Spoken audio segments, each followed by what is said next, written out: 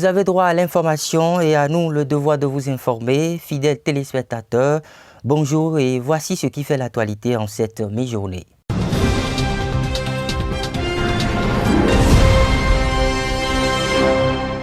La cérémonie de passation de charge entre le ministre sortant des enseignements secondaires, techniques et de la formation professionnelle, Maouyon Kakpo, et le ministre entrant, Kouaro Yves Tchabi, a eu lieu ce jeudi 27 mai 2021 à la salle Cody des tours administratifs. C'était en présence du personnel administratif, des syndicats et autres. Dans sa nouvelle fonction, le ministre Kouaro Yves Tchabi est appelé à relever les nombreux défis du secteur des enseignements secondaires, techniques et de la formation professionnelle. Faut-il le rappeler qu'avant sa nomination à la tête du ministère, Kouaro Yves Tchabi était chargé du suivi du secteur de l'éducation au sein du bureau d'analyse et d'investigation à la présidence de la République. Il fut également directeur des ressources humaines du ministère des enseignements secondaires, de la formation technique et professionnelle.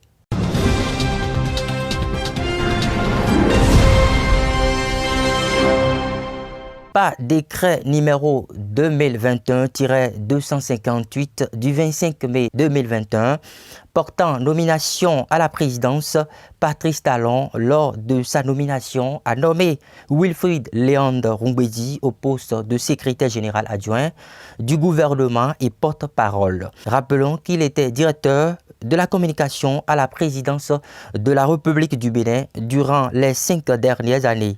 Une nomination qui n'a pas laissé indifférent les hommes des médias. Ces derniers lui ont témoigné sur la toile leur satisfaction.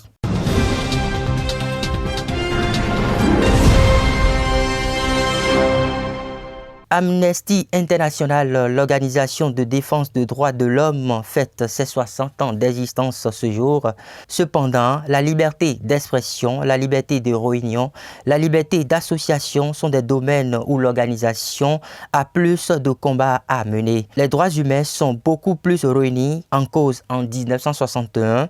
Rappelons que Amnesty International est né au Royaume-Uni en 1961.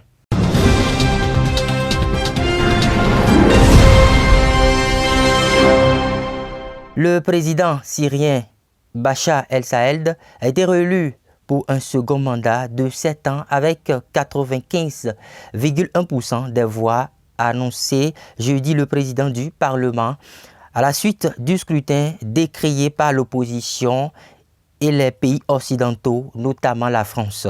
Les deux autres candidats qui se présentaient face à lui, Abdallahi Saloum Abdallah, ex-ministre et parlementaire, et Mohamed Marei, membres de l'opposition tolérés par le pouvoir, ont obtenu respectivement 1,5% et 3,3% de voix.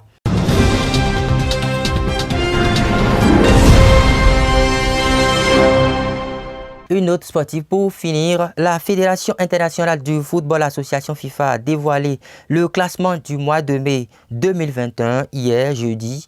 La Belgique est tête de peloton, suivie respectivement de la France et du Brésil. Aucun pays africain dans le top 20 mondial. Le Sénégal, premier au plan africain, occupe la 22e place, suivi de la Tunisie, du Nigeria et de l'Algérie, respectivement 26e, 32e et 33e, toujours au plan mondial. Il faut noter que le Bénin reste 82e et 16e sur le plan africain. Le classement n'a donc pas changé pour les écuries du Bénin.